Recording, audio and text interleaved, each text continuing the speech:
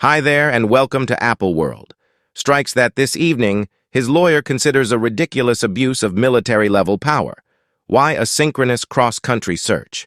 I think they believe that this should be somewhat unexpected. It's a major attack, and what they were going in was to attempt to find a wide range of proof that I didn't do any of the horrendous things being claimed. At whatever point Diddy gets out of the spotlight, it appears as though some hazardous news is not far off, standing by to snatch features. As of late, the buzz around Diddy hosts has been about the extravagant gatherings, which he is known for facilitating, and the series of claims that have come his way, yet the show doesn't stop there on an astonishing number of occasions. Diddy's homes were raged by a U.S. policing film from the strike has some way or another advanced toward the PI, which is significantly stunning. Diddy was mysteriously gone during the strike since he had left the country. This brings up a major issue. Is Diddy mindful that he's in serious trouble, or is there something more that he realizes that we're yet to figure out? We should jump further into the story, so for what reason did Diddy's home get struck? In any case, to comprehend this, we really want to take a gander at the master plan and the particular subtleties that prompted these sensational occasions. At the center of the circumstances is a government examination concerning claims that have brought Diddy's rich properties under extraordinary examination on Monday, March 25th. The country security authorities directed strikes on his homes, one situated in the upscale, comfortable Slopes region close to Beverly Hills and Beverly Slopes in Los Angeles, and the other on the selective Star Island in Miami Oceanside. These activities weren't irregular, they were painstakingly arranged as a component of an examination into claims that are basically as grave as they get, as per Fox 11. The strikes were straightforwardly connected to a government examination concerning serious charges. This shows that the specialists have motivations to accept that something inside Diddy's properties could be associated with this profoundly disturbing issue. The Division of Country Security, in an explanation, affirmed that these strikes were essential for a continuous examination, including their groups from New York, Los Angeles, Miami, and neighborhood policing, despite the fact that they've guaranteed more data will be made accessible and the subtleties to stay scant, elevating interest and worry around the case. NBC News detailed that government authorities in Manhattan had talked with 3 ladies and a man as part of their examination, with additional meetings arranged. These discussions were about something beyond one issue. They likewise covered cases of mischief and the trading of unlawful medications and weapons. This blend of serious allegations shows the examination is investigating many horrifying acts, making it no joking matter. A mind-boggling snare of allegations paints a disturbing image of the exercises that might be connected straightforwardly or by implication to Diddy's homes. Moreover, during the strikes, government specialists found guns on Diddy's properties in both LA and Miami. The meaning of these discoveries can't be put into words, particularly when the sort of guns and their legitimate proprietorship remain undisclosed. This revelation adds one more layer of intricacy to the examination and brings up issues about the things precisely occurring at these properties.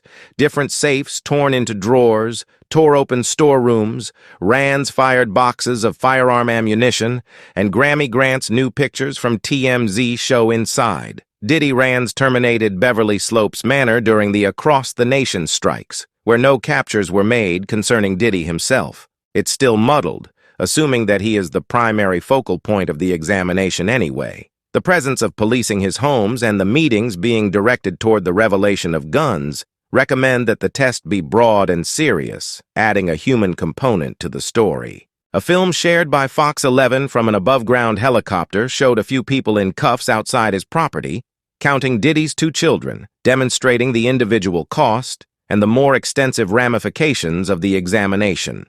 Curiously, Diddy claims one more home in Atlanta, Georgia, bought back in 2003, which has been sitting empty for years, as evidenced by ongoing pictures showing dust-covered counters and spider webs. Loaded light fixtures demonstrate this property was not part of the strikes, featuring that the concentration is, as of now, on his homes in Los Angeles and Miami, and we realize you may be pondering where Diddy was during all of this.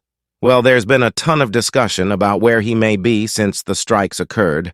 This is what we figured out. Diddy's personal luxury plane, a major 20-seat dark plane made by Baystream Aviation, was taken off a notable site that tracks flights just after the strikes on Tuesday, March 26th.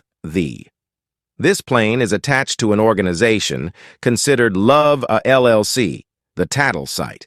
TMZ saw the plane on the ground in Antigua in the Caribbean, which was not excessively lengthy after fresh insight about the strikes emerged, yet it seems that Diddy wasn't on the plane when it was in Antigua.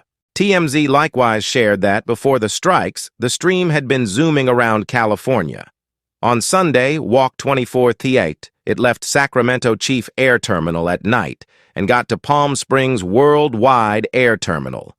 About an hour after the fact, it flew again, making a stop at Van's Air Terminal close to Los Angeles. After some time, it took off from Van and wound up in Antigua. By Tuesday, you were unable to find any flight dates on flyaware.com. The following site said this airplane isn't accessible to the public following demands from the proprietor or administrator, so here we see a dark Gulfstream enlistment number. The tail number is November 969, Charlie, and as we comprehend it, this Baystream-enrolled proprietor is Shah Diddy Combs reports, then said that the plane returned on Wednesday morning and has been at the Miami Opaca Leader Air Terminal from that point forward. Concerning Diddy, individuals saw him out in broad daylight. Interestingly, after the strikes on Thursday night, he was at a golf club in Miami called Top Golf, spending time with his twin girls. So it appears as though he's presently back and approaching his standard life, Eve. And with all the buzz about the strikes, with all of this occurrence, you realize Diddy needed to offer something the music magnate has approached with serious areas of strength for and of the relative multitude of allegations twirling around him. He's made it clear he's prepared to battle for my name, my family, and for reality. In Tuesday, Diddy's legitimate group showed up cocked and locked against the manner in which country security dealt with the strikes on his properties. They depicted Monday's act, Evides, as a ridiculous abuse of military level. His lawyer communicated shock over the forceful methodology utilized in scrutinizing the unreasonable power and the brutal treatment of Diddy's youngsters and workers during the assaults. There is not a remotely good reason for the extreme demonstration of power and aggression displayed by specialists. His lawyer expressed this by highlighting the absence of any lawbreakers or common discoveries against Diddy right now. Diddy has voiced his obligation to demonstrate his innocence, focusing on his blamelessness against the backdrop of these serious claims. He's chosen to drop his itinerary items and remain in the U.S. to effectively battle the charges attached to weapons, drugs, and other significant allegations.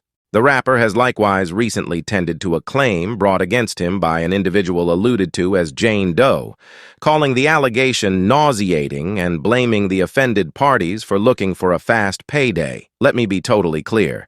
I didn't do any of the dreadful things being claimed.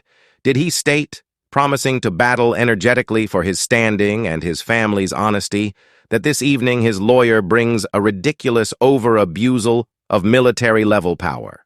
Why a concurrent cross-country search? I think they needed this to be somewhat unexpected. It's a major strike, and what they were going to do was attempt to find a wide range of proof that I didn't do any of the dreadful things being affirmed. Diddy's legal counselor, Sean Hawley, has excused the cases in the claim as unadulterated fiction, promising to present overpowering, unquestionable verification of Diddy's honesty following a settlement in a different case. One more of Diddy's lawyers, Ben Braff, explained that settling a claim suggests no confirmation of bad behavior, underscoring Diddy's forswearing of the cases and his help in agreeing to the settlement. Through these reactions and activities, Diddy is flagging his status to handle these cases that are not entirely set in stone, to safeguard his name and look for equity against what he sees as unwarranted cases. So what's next for Diddy?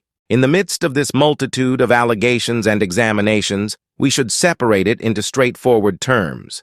There are a couple of ways that things could take a turn from here, and everyone could massively change his life on the off chance that Diddy. Subscribe Apple World for more videos.